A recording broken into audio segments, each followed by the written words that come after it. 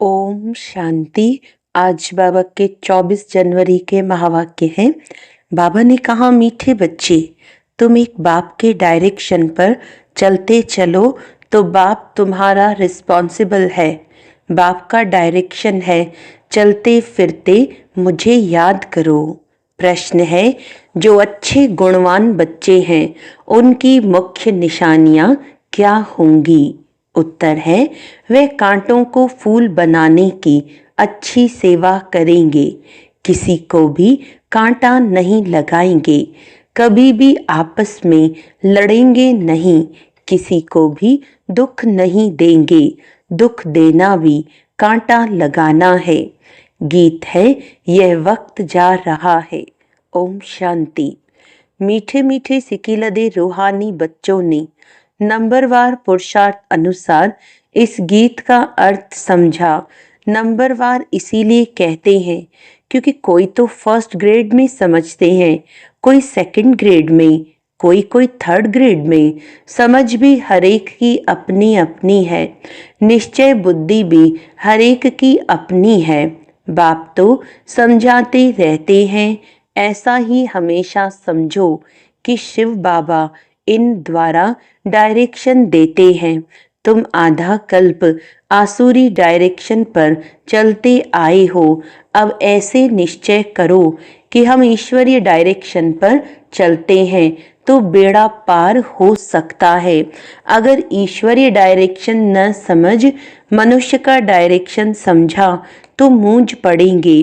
बाप कहते हैं, मेरे डायरेक्शन पर चलने से फिर मैं रिस्पॉन्सिबल हूँ ना। इन द्वारा जो कुछ होता है उनकी एक्टिविटी का मैं ही रिस्पॉन्सिबल हूँ, उनको हम राइट करेंगे। तुम सिर्फ हमारे डायरेक्शन पर चलो। जो अच्छी रीति याद करेंगे वही डायरेक्शन पर चलेंगे। कदम कदम ईश्वरीय डायरेक्शन समझ चलेंगे तो कभी घाटा नहीं होगा, निश्चय में ही विजय है। बहुत बच्चे इन बातों को समझते नहीं हैं। थोड़ा ज्ञान आने से देह अभिमान आ जाता है। योग बहुत ही कम है, ज्ञान तो है हिस्ट्री ज्योग्राफी को जानना, ये तो सहज है। यहाँ भी मनुष्य कितनी साइंस आदि पढ़ते हैं, यह पढ़ाई तो इजी है, बाकी मेहनत है योग की।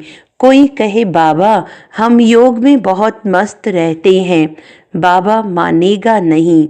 बाबा हर एक की एक्ट को देखते हैं। बाप को याद करने वाला तो मोस्ट लवली होगा, याद नहीं करते इसीलिए ही उल्टा सुल्टा काम होता है। बहुत रात दिन का फर्क है। अभी तुम इस सीढ़ी के चित्र पर भी अच्छी रीति समझा सकते हो। इस समय है कांटों का जंगल, ये बगीचा नहीं है। यह तो क्लियर समझाना चाहिए कि भारत फूलों का बगीचा था। बगीचे में कभी जंगली जानवर रहते हैं क्या? वहाँ तो देवी देवता रहते हैं। बाप तो है ही हाईएस्ट अथॉरिटी, और फिर ये प्रजापिता ब्रह्मा भी हाईएस्ट अथॉरिटी ठहरे। ये दादा है सबसे बड़ी अथॉरिटी। शिव और प्रजापिता ब्रह्मा आत्माएं हैं शिव बाबा के बच्चे, और फिर साकार में हम सब भाई बहन हैं प्रजापिता ब्रह्मा के बच्चे। ये है सबका ग्रेट ग्रेट ग्रैंडफादर। ऐसे हाईएस्ट अथॉरिटी के लिए हमको मकान चाहिए। ऐसे तुम लिखो, फिर देखो बुद्धि में कुछ आता है। शिव बाबा और प्रजापिता ब्रह्मा आत्माओं का बाप और सब मनुष्य मात्र का बाप। ये पॉइंट बहुत अच्छी है समझाने की, परंतु बच्चे पूरी रीति समझाते नहीं हैं, भूल जाते हैं। ज्ञान की मगरूरी चढ़ जाती है, जैसे कि बाप दादा पर भी जीत पा लेते हैं। ये दादा कहते हैं, मेरी भले न सुनो, हमेशा समझो शिव बाबा समझाते हैं, उनकी मत पर चलो। डायरेक्शन ईश्वर मत डायरेक्ट ईश्वर मत देते हैं कि ये करो, रिस्पॉन्सिबल हम हैं, ईश्वरी मत पर चलो। यह ईश्वर थोड़ी है, तुमको ईश्वर से पढ़ना है ना। हमेशा समझो ये डायरेक्शन ईश्वर देते हैं। ये लक्ष्मी नारायण भी भारत के ही मनुष्य थे। ये भी सब मनुष्य हैं, परंतु ये शिवालय के रहने वाले हैं, इसीलिए सब नमस्ते करते हैं। परंतु बच्चे पूरा समझाते नहीं हैं, अपना नशा चढ़ जाता है। डिफेक्ट तो बहुतों में है ना।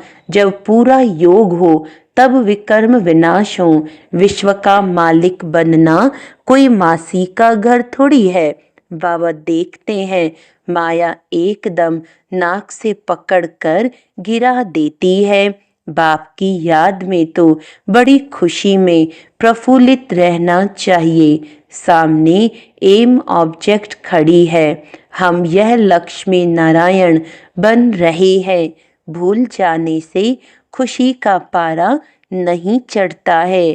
कहते हैं हमको निष्ठा में बिठाओ, बाहर में हम याद नहीं कर सकते हैं, याद में नहीं रहते हैं। इसीलिए कभी कभी बाबा भी प्रोग्राम भेज देते हैं, परंतु याद में बैठते थोड़ी हैं। बुद्धि इधर उधर भटकती रहती है। बाबा अपना मिसाल बताते हैं, नारायण का कितना पक्का भक्त था। जहाँ तहाँ साथ में नारायण का चित्र रहता था, फिर भी पूजा के समय बुद्धि इधर उधर भागती थी। इसमें भी ऐसा होता है। बाप कहते हैं चलते फिरते बाप को याद करो, परंतु कई बच्चे कहते हैं बहन निष्ठा करावे। निष्ठा का तो कोई अर्थ ही नहीं है। बाबा हमेशा कहते हैं याद में रहो। कई बच्चे निष्ठा में बैठे बैठे ध्यान में चले जाते हैं, न ज्ञान न याद रहती, या तो फिर झुटके खाने लग पड़ते हैं। बहुतों को आदत पड़ गई है। यह तो अल्पकाल की शांति हो गई, गोया बाकी सारा दिन अशांति रहती है। चलते फिरते बाप को याद नहीं करेंगे तो पापों का बोझा कैसे उतरेगा। आधा कल्प का बोझा है, इसमें ही बड़ी मेहनत है। अपने को आत्मा समझो और बाप को याद करो। भल बाबा को बहुत बच्चे लिख भेजते हैं इतना समय याद में रहा, परंतु याद रहती नहीं है, चार्ट को समझते ही नहीं है। बाबा बेहद का बाप है, पतित पावन है, तो खुशी में रहना चाहिए। ऐसे नहीं हम तो शिव बाबा के हैं ना, ऐसे भी बहुत हैं, समझते हैं हम तो बाबा के हैं, लेकिन याद बिल्कुल करते नहीं। अगर याद करते होते तो फिर पहले नंबर में जाना चाहिए। किसको समझाने की भी बड़ी अच्छी बुद्धि चाहिए। हम तो भारत की महिमा करते हैं। नई दुनिया में आदि सनातन देवी देवताओं का राज्य था। अभी है पुरानी दुनिया आयरन एज, वह सुखधाम यह दुख धाम। भारत गोल्डन एज था तो इन देवताओं का राज्य था। कहते हैं हम कैसे समझें कि इनका राज्य था। यह नॉलेज बड़ी वंडरफुल है, जिसकी तकदीर में है जो जितना पुरुषार्थ करते हैं वह देखने में तो आता है। तुम एक्टिविटी से जानते हो, हैं तो कलयुगी भी मनुष्य तो सतयुगी भी मनुष्य, फिर उन्हों के आगे माथा जाकर क्यों टेकते हो। इन्हों को स्वर्ग का मालिक कहते हैं ना। कोई मरता है तो कहते हैं फलाना स्वर्गवासी हुआ, यह भी नहीं समझते। इस समय तो नरकवासी सब है, जरूर पुनर्जन्म भी यहाँ ही लेंगे। बाबा हरेक की चलन से देखते रहते हैं। बाबा को कितना साधारण रीति से किस किस से बात करनी पड़ती है, संभालना पड़ता है। बाप कितना क्लियर कर समझाते हैं, समझते भी हैं तो बात बड़ी ठीक है, फिर भी क्यों बड़े बड़े कांटे बन जाते हैं। एक दो को दुख देने से कांटे बन जाते हैं, आदत छोड़ते ही नहीं। अभी बागवान बाप फूलों का बगीचा लगाते हैं, कांटों को फूल बनाते रहते हैं। उनका धंधा ही यह है, जो खुद ही कांटा होगा तो फूल कैसे बनाएगा। प्रदर्शनी में भी बड़ी खबरदारी से किसको भेजना होता है। अच्छे गुणवान बच्चे वह जो कांटों को फूल बनाने की अच्छी सेवा करते हैं, किसी को भी कांटा नहीं लगाते हैं, अर्थात किसी को दुख नहीं देते हैं, कभी भी आपस में लड़ते नहीं हैं। तुम बच्चे बहुत एक्यूरेट समझाते हो, इसमें किसी की इंसल्ट की तो बात ही नहीं। अभी शिव जयंती भी आती है, तुम प्रदर्शनी जास्ती करते रहो, छोटी छोटी प्रदर्शनी पर भी समझा सकते हो। 1 सेकंड में स्वर्गवासी बनो अथवा पतित भ्रष्टाचारी से पावन श्रेष्ठाचारी बनो। 1 सेकंड में जीवन मुक्ति प्राप्त करो। जीवन मुक्ति का अर्थ समझते नहीं हैं, तुम भी अभी समझते हो। बाप द्वारा सबको मुक्ति जीवन मुक्ति मिलती है, परंतु ड्रामा को भी जानना है। सब धर्म स्वर्ग में नहीं आएंगे, वह फिर अपने अपने सेक्शन में चले जाएंगे, फिर अपने अपने समय पर आकर स्थापना करेंगे।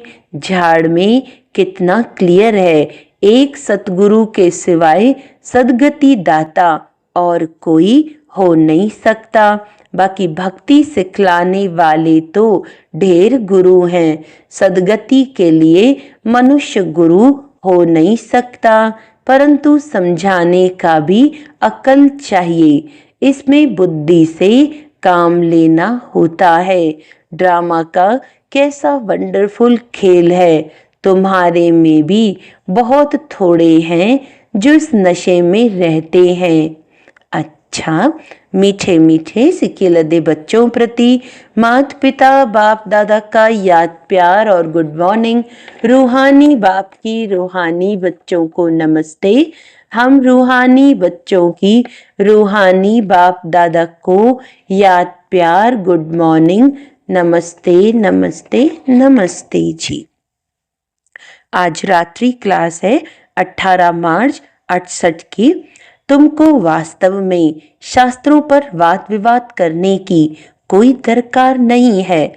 मूल बात है ही याद की और सृष्टि के आदि मध्य अंत को समझना है। चक्रवर्ती राजा बनना है, इस चक्र को ही सिर्फ समझना है। इनका ही गायन है, सेकंड में जीवन मुक्ति। तुम बच्चों को वंडर लगता होगा, आधा कल्प भक्ति चलती है, ज्ञान रिंचक नहीं, ज्ञान है ही बाप के पास, बाप द्वारा ही जानना है। ये बाप कितना अनकॉमन है, इसीलिए कोटों में कोई निकलते हैं। वह टीचर्स ऐसे थोड़े ही कहेंगे, यह तो कहते हैं मैं ही बाप टीचर सतगुरु हूँ, तो मनुष्य सुनकर वंडर खाएंगे। भारत को मदर कंट्री कहते हैं क्योंकि अम्बा का नाम बहुत बाला है। अम्बा के मेले भी बहुत लगते हैं। अम्बा अक्षर मीठा अक्षर है। छोटे बच्चे भी माँ को प्यार करते हैं ना, क्योंकि माँ खिलाती पिलाती संभालती है। अब अम्बा का बाबा भी चाहिए ना। यह तो बच्ची है, एडॉप्टेड, पति तो है नहीं, ये नई बात है ना। प्रजापिता ब्रह्मा तो जरूर एडॉप्ट करते होंगे। ये सभी बातें बाप ही आकर तुम बच्चों को समझाते हैं। अम्बा का कितना मेला लगता है, पूजा होती है, क्योंकि बच्ची ने बहुत सर्विस की है। मम्मा ने जितने को पढ़ाया होगा उतना और कोई पढ़ा न सके। मम्मा का नामाचार बहुत है, मेला भी बहुत बड़ा लगता है। अभी तुम बच्चे जानते हो, बाप ने ही आकर रचना के आदि मध्य अंत का सारा राज तुम बच्चों को समझाया है। तुमको बाप के घर का भी मालूम पड़ा है। बाप से भी लव है तो घर से भी लव है। ये ज्ञान तुमको अभी मिलता है। इस पढ़ाई से कितनी कमाई होती है, तो खुशी कितनी होनी चाहिए ना। और तुम हो बिल्कुल साधारण, दुनिया को पता नहीं है। बाप आकर ये नॉलेज सुनाते हैं। बाप ही आकर सभी नई नई बातें बच्चों को सुनाते हैं। नई दुनिया बनती है बेहद की पढ़ाई से। पुरानी दुनिया से वैराग्य आ जाता है। तुम बच्चों के अंदर में ज्ञान की खुशी रहती है। बाप को और घर को याद करना है। घर तो सभी को जाना ही है। बाप तो सभी को कहेंगे ना, बच्चों हम तुमको मुक्ति, जीवन मुक्ति का वर्षा देने आया हूँ, फिर भूल क्यों जाते हो। मैं तुम्हारा बेहद का बाप हूँ, राजयोग सिखलाने आया हूँ। तो क्या तुम श्रीमत पर नहीं चलेंगे? फिर तो बहुत घाटा पड़ जाएगा। यह है बेहद का घाटा। बाप का हाथ छोड़ा तो कमाई में घाटा पड़ जाएगा। अच्छा, गुड नाइट। ओम शांति। धारणा के लिए मुख्य सार है, एक बाप की याद से मोस्ट लवली बनना है। चलते फिरते कर्म करते याद में रहने की प्रैक्टिस करनी है। बाप की याद और खुशी में प्रफुल्लित रहना है। कदम कदम ईश्वरीय डायरेक्शन पर चल हर कार्य करना है। अभी मगरूरी यानी देह अभिमान का नशा नहीं दिखाना है। कोई भी उल्टा सुल्टा काम नहीं करना है। मूंझना नहीं है। वरदान है, साधारण कर्म करते भी ऊंची स्थिति में स्थित रहने वाले सदा डबल लाइट भव। जैसे बाप साधारण तन लेते हैं, जैसे आप बोलते हो वैसे ही बोलते हैं, वैसे ही चलते हैं, तो कर्म भल साधारण है लेकिन स्थिति ऊंची रहती है। ऐसे आप बच्चों की भी स्थिति सदा ऊंची हो। डबल लाइट बन ऊंची स्थिति में स्थित हो। कोई भी साधारण कर्म करो, सदैव यही स्मृति रहे कि मैं अवतरित होकर अवतार बन कर के श्रेष्ठ कर्म करने के लिए आए हैं। तो साधारण कर्म अलौकिक कर्म में बदल जाएंगे। स्लोगन है, आत्मिक दृष्टि वृत्ति का अभ्यास करने वाले पवित्रता को सहज धारण कर सकते हैं। अच्छा, अपनी शक्तिशाली मनसा द्वारा सकाश देने की सेवा में आज का पॉइंट, जितना स्वयं को मनसा सेवा में बिजी रखेंगे उतना सहज माया जीत बन जाएंगे। सिर्फ स्वयं के प्रति भावुक नहीं बनो, लेकिन औरों को भी शुभ भावना और शुभ कामना द्वारा परिवर्तित करने की सेवा करो। भावना और ज्ञान, स्नेह और योग दोनों का बैलेंस हो। कल्याणकारी तो बने हो, अब बेहद विश्व कल्याणकारी बनो। अच्छा, ओम शांति।